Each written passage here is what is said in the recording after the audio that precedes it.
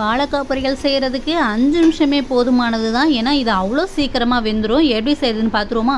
தேவையான அளவு வாழைக்காய் எடுத்து அதோட தோலை எல்லாமே நல்லா சீவிக்கோங்க.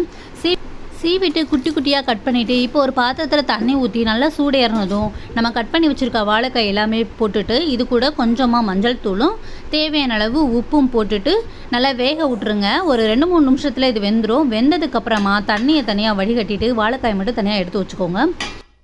தாளிக்கிற மெத்தட்லேயே 2 இருக்குது. எண்ணெய், கடுகு, சோம்பு, பச்சை மிளகாய், வெங்காயம் எல்லாம் போட்டு தாளித்து அதுக்கப்புறமா நம்ம வேக வச்சுருக்க வாழைக்காயை கொட்டி தேங்காய் பூ போட்டு இறக்குறது இருக்குது. இன்னொரு மெத்தடு வந்து இதே போல் தாளித்து லாஸ்ட்டாக வந்து தேங்காயும் பச்சை மிளகாயும் அரைச்சி அது கூட சேர்த்துட்டு கிளறிட்டு இறக்குற மெத்தடும் இருக்குது. நான் வந்து ஃபஸ்ட்டு சொன்ன மெத்தடு தான். தாளிச்சுட்டு அதுக்கப்புறமா வாழைக்காய் போட்டு நல்லா கிண்டிட்டு அதோட ஈரப்பதம்லாம் நல்லா வந்து ட்ரை ஆனதுக்கப்புறமா தேங்காய் பூ போட்டு நல்லா கிண்டிட்டு இறக்கி வச்சுருக்கோம். இந்த மெத்தடும் சூப்பராக இருக்கும், அந்த மெத்தடும் சூப்பராக இருக்கும். உங்களுக்கு எந்த மெத்தடு பிடிக்குதோ அது போல் செஞ்சுக்கோங்க. சின்ன பிள்ளைகளுக்கு கொடுக்கும்போது கொஞ்சம் யோசிச்சுட்டு கொடுங்க. ஏன்னா வாழைக்காய் வந்து கேஸ் ஐட்டம்.